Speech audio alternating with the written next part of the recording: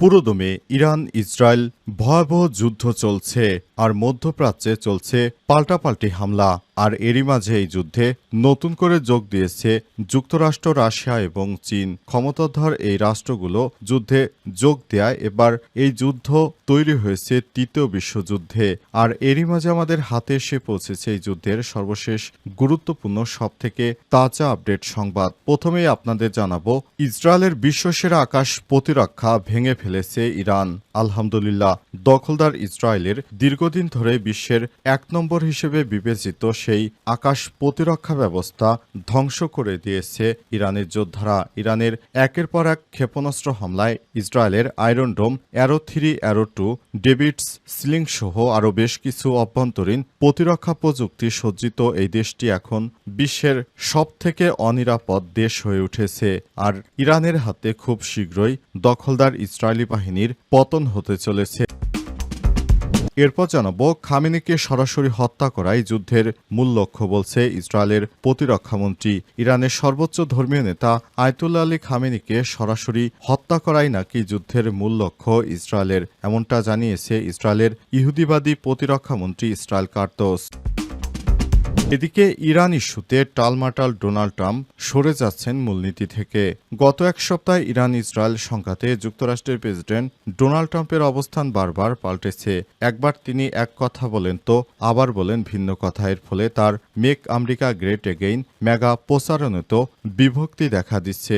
গত মঙ্গলবার ১৭ জুন কানাডার G7 সম্মেলন থেকে হঠাৎই ওয়াশিংটনে ফিরে যাওয়ার সময় ট্রাম্প দাবি করেন ইরান পারমাণবিক অস্ত্র তৈরির খুব কাছাকাছি চলে গেছে।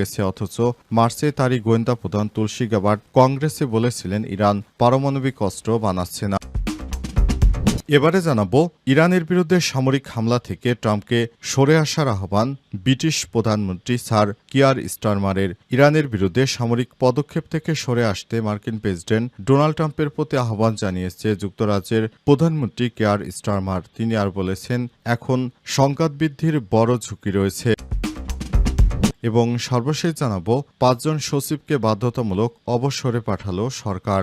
অন্তর্বর্তীকালীন সরকারের প্রধান উপদেষ্টা অধ্যাপক ডক্টর মোহাম্মদ ইউনূস দায়িত্ব গ্রহণের পর সবথেকে বেশি তাকে অসহযোগিতা করেছে এই সচিবেরা। তারা আমলা যারা ছিলেন তারা শেখ হাসিনার সময় শেখ হাসিনার থেকে বিভিন্ন সুযোগ সুবিধা নিয়ে আর এই অন্তর্বর্তীকালীন সরকারকে নানাভাবে অসহযোগিতা করছে। এর ফলে সরকার তার দায়িত্ব পালনে চরমভাবে ব্যাহত হচ্ছেন। এরই ধারাবাহিক সচিবালয়ে প্রত্যেক দিনই তারা বিক্ষোভ মিছিল ডাকছে। এজন্য সরকারের পক্ষ থেকে আজ প্রজ্ঞাপন জারি করে ৫ জন সচিবকে সরিয়ে দেওয়া হয়েছে। প্রিয় দর্শক, এতক্ষণ শুনছিলেন সংবাদ শিরোনাম, এবারে বিস্তারিত। তবে তার আগে বন্ধুরা, অনুরোধ থাকবে এই সংবাদটি একটি লাইক দিন।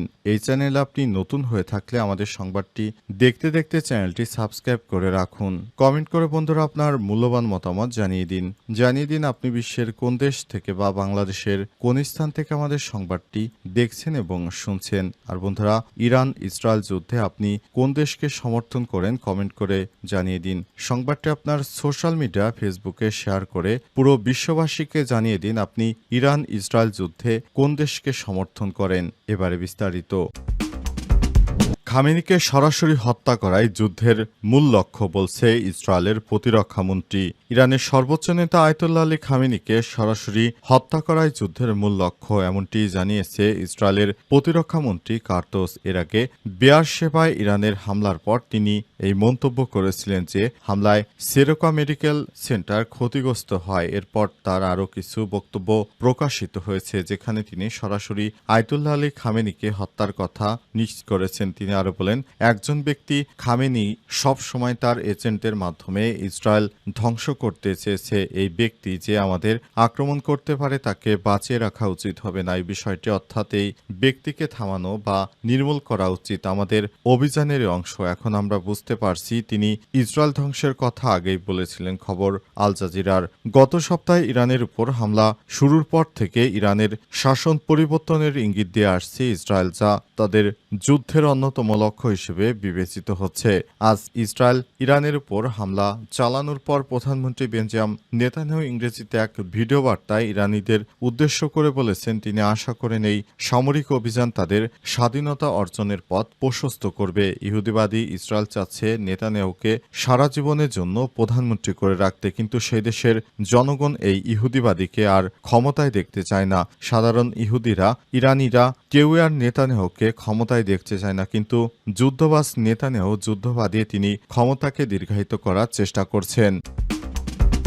ইসরায়েলের বিশ্বসেরা আকাশ প্রতিরক্ষাও ভেঙে ফেলল ইরান। দীর্ঘদিন ধরে বিশ্বের ১ নম্বর হিসেবে বিবেচিত হয়ে আসছে ইসরায়েলের আকাশ প্রতিরক্ষা ব্যবস্থা আয়রন ডোম, অ্যারো 3, অ্যারো 2, ডেভিডস স্লিং সহ আরও বেশ কিছু বহু স্তরেও প্রতিরক্ষা প্রযুক্তি সজ্জিত এই দেশটিকে মনে করা হতো বিশ্বের সবথেকে নিরাপদ আকাশ সীমার মালিক। কিন্তু ইরানের পাল্টাঘাতে এবার সেই অবস্থার দুর্গে ফাটল ধরেছে। হাইপারসনিক প্রযুক্তি, ডেকয় কৌশল এবং ব্যারেজ আক্রমণের মাধ্যমে ইরান একেবারে ভেঙে ফেলেছে ইসরায়েলের গর্বিত আকাশ প্রতিরক্ষা ঢাল। তেহরান শুধু শত শত ক্ষেপণাস্ত্র ছুড়ছে ইসরায়েলকে চমকে দেয়নি, বরং আঘাত এনেছে প্রযুক্তিগত দম্ভের মূল কেন্দ্রে।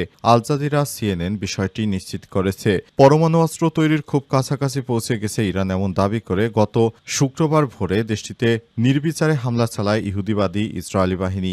জবাবে ইসরায়েলে শত শত ক্ষেপণাস্ত্র এবং ড্রোন নিক্ষেপ করে ইরানও জবাব শুরু হয় সংঘাত, যা চলছে এখনও। এই যুদ্ধে এখন পর্যন্ত প্রায় 240 জনের বেশি ইরানি নিহত হয়েছে।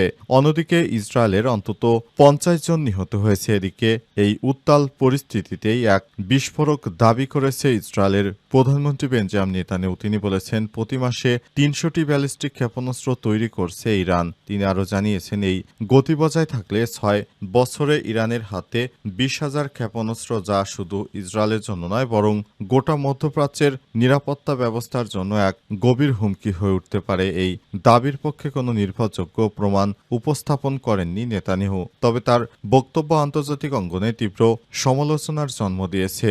ইহুদিবাদী ইসরায়েল কেন ইরানের পারমাণবিক কর্মসূচিতে আঘাত করবে, এই প্রশ্ন করছেন অনেকেই। ইরান ইস্যুতে টালমাটাল ডোনাল্ড ট্রাম্প সরে যাচ্ছেন মূলনীতি থেকে।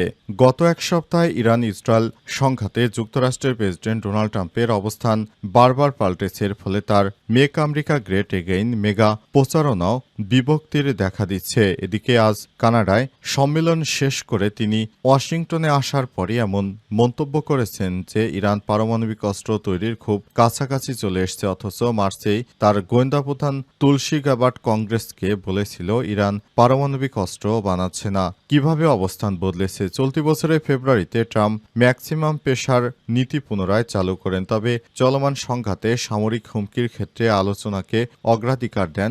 উপসাগরীয় দেশগুলোতে সফরকালে ট্রাম্প বলেন, ইরানের সঙ্গে পারমাণবিক চুক্তি প্রায় চূড়ান্ত। অন্যদিকে 17 মে হুতির হামলা নিয়ে ইরানকে আক্রমণাত্মক বার্তা দেন 28 মে নেতানিয়াহুকে ইরান আক্রমণ থেকে বিরত থাকা